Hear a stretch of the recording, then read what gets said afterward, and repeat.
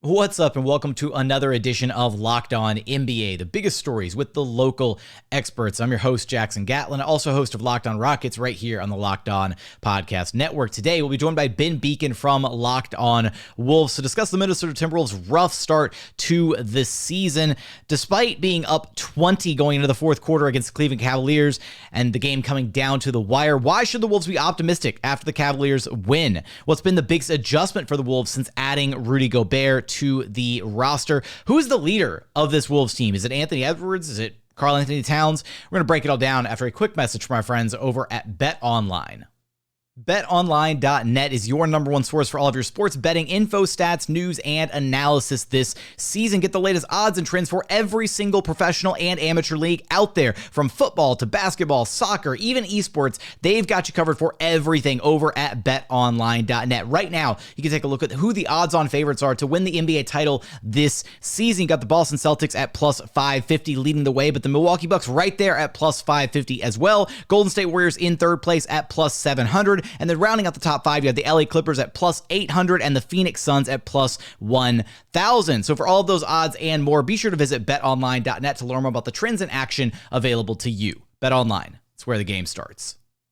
Joining us now is Ben Beecken from Locked On Wolves. You can follow on Twitter at BBeacon, snapping their three-game losing streak, improving to 6-8 on the season. But we're going to pick apart this most recent win by the Timberwolves over the shorthanded Cleveland Cavaliers, because this was an insane fourth quarter from where the fourth quarter started, Ben, to where things ended. The Timberwolves walked into this fourth quarter with a 20-point lead on the Cavaliers, and then slowly but surely that lead dwindled with Darius Garland going absolutely nuclear in the fourth and final frame, 27 points. What did you see happening for the Timberwolves in that final quarter that allowed this game to go from being all she wrote at the top of the quarter to being a nail biter at the end?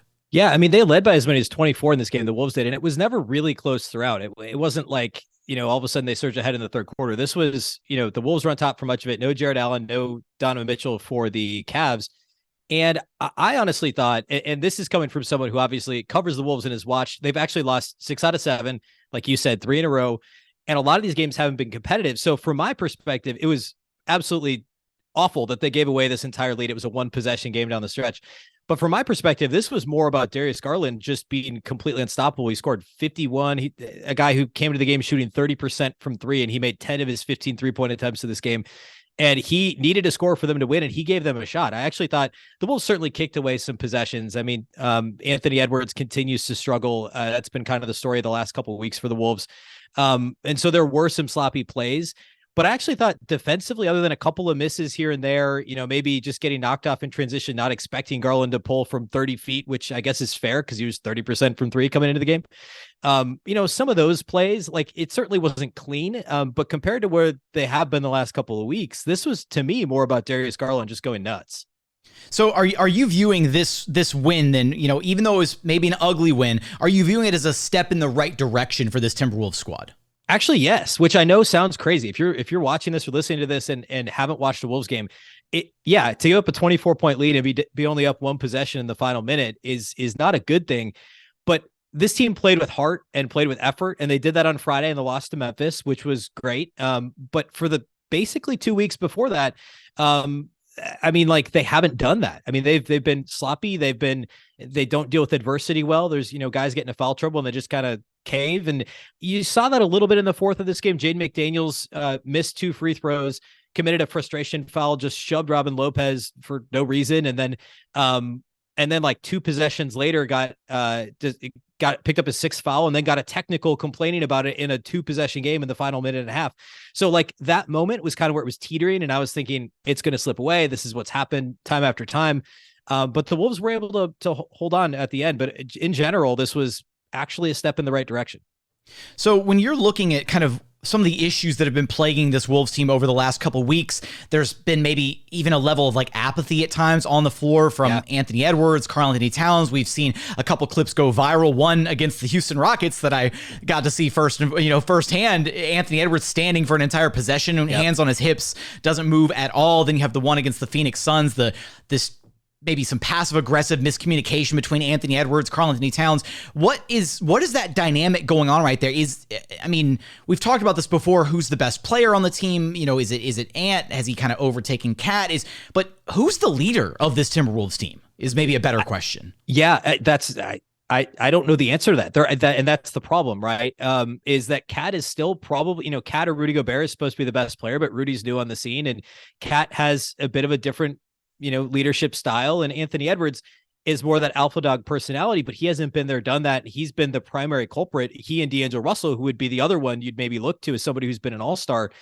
But both Ant and D'Lo have been the primary culprits with defensive lapses and bad turnovers. Both of them are the top culprits. Towns and Gobert have each had their moments, but they've generally been more consistent than Russell and Edwards.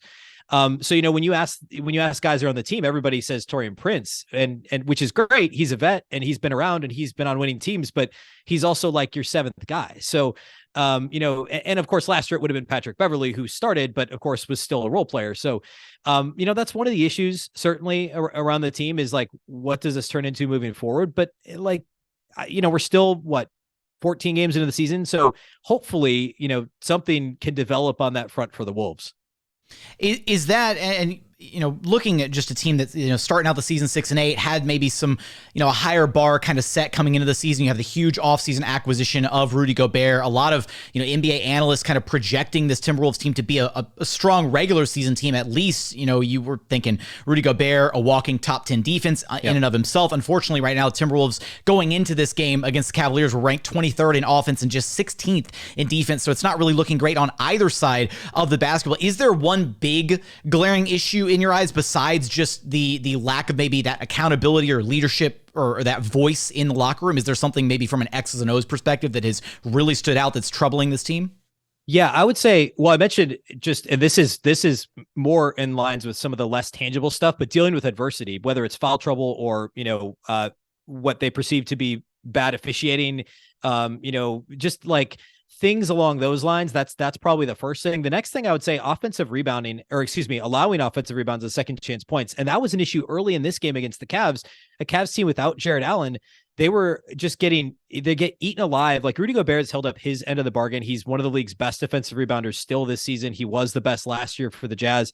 And he's doing what he needs to do. The Wolves guards and wings are not rebounding the ball. And they give up 32 second chance points on Friday to Memphis on 15 offensive rebounds. So when you're giving up, or 17 or so, it was basically 2 points per offensive rebound, which is just insane. Like there's some bad luck there too, but it's just like these no man's land rebounds, which goes back to hustle and stick to itiveness and playing hard. And these guys are just not hustling to loose balls, not hustling to 50-50 balls, not hustling to offensive, what turned into offensive rebounds for the opposition. That's the number one thing, because the initial half court defense has actually been okay.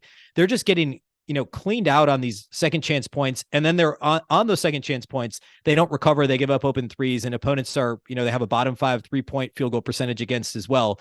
And I think those two things are pretty closely tied together. So they really have to shore up the non-Rudy part of their defensive rebounding. And then when you look at the opposite side of things, the offensive side with Rudy, how does it feel like this team is maybe adjusting to? It feels like maybe at times there's like maybe a lack of spacing, or just adjusting to the new spacing in their offense, because Rudy occupies space and he doesn't stretch the floor out. You can't play 5 out when Rudy's on the floor. And look, this was a team that was 7th in offensive rating last season. They've plummeted all the way down to the bottom 1/3 of the association. So has that been a kind of a big adjustment this year, trying to learn how to play with Rudy, especially on the offensive end? Yeah, the short answer is yes, but it's not exactly in the same way that I expected it to be. It's more impacted D'Angelo Russell and to an extent Anthony Edwards. I thought it would impact Towns more, but I mean, the Wolves are doing enough stuff with Towns on the perimeter, and they get enough minutes by themselves with, either Rudy or Towns staggered with one at the 5 and one on the bench. It's really more been pick and roll spacing. D'Angelo Russell's a really good pick and roll lead guard, and Rudy's arguably the best screener and roller in the league, but they aren't quite like, there's no synergy there yet. And again, we're talking 14 games in. They barely played together in the preseason because Rudy came out of Eurobasket and sat for a while. And so I think there's some chemistry there that needs to be worked out. Ant still isn't great at passing the ball. He's not a great multitasker yet, right? He's a good passer, and he's obviously a very good scorer, but when he gets his head down and gets gets downhill, turns the corner, goes towards the rim. He's not great at those dump off passes in the lane. And sometimes the spacing's a little bit cluttered because I think the feel just isn't there. I'm pretty bullish on ultimately Rudy and Cat can play together. And we've seen flashes of that, the two of them working really well together, passing the ball back and forth. Lobs from Cat to Rudy have been a thing. They've been really good in that particular moment, that type of play. But it's really more right now the feel between the guards and Rudy Gobert. And ultimately, I think it's going to work itself out. But right now, that's what's been the clunkiest thing. What's right now been your ultimate kind of silver lining? Look, we're through the first 14 games of the season. It's pretty early, but what do you have as kind of a silver lining or maybe a storyline that gives you a little bit of hope moving forward into the season for the Wolves? Yeah, I would say that none of their best players have actually, or none of their top four players, we could call it, obviously D'Lo, Towns, Edwards, Rudy. None of those guys are individually playing as well as they typically play. Like they're all playing well below. Because a lot of times you look at this and be like, oh, well, Cat's getting his, but Rudy's not playing great, or Ant's playing great, but they just aren't working together. But individually, none of them have been very good to this point. They're all basically below career averages across the board. Shooting percentages, Cat's shooting 35% from three. He hasn't shot below 39% since like his rookie year. Same thing with D'Angelo Russell. He's below 30% from three. Before this game, he had a good game in Cleveland. He scored 30 on Sunday.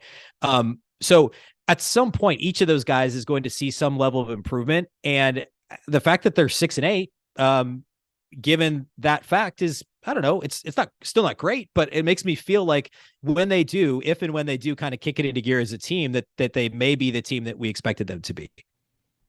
Who can ultimately step forward as maybe the new vocal leader of this Timberwolves team? And can the Timberwolves get things turned around and get this thing figured out and kind of get to some of the expectations that were kind of set for them coming into this NBA season? Of course, you're going to have us covered for all of that and more over at Locked On Wolves. Ben, I appreciate you stopping by Locked On NBA with me.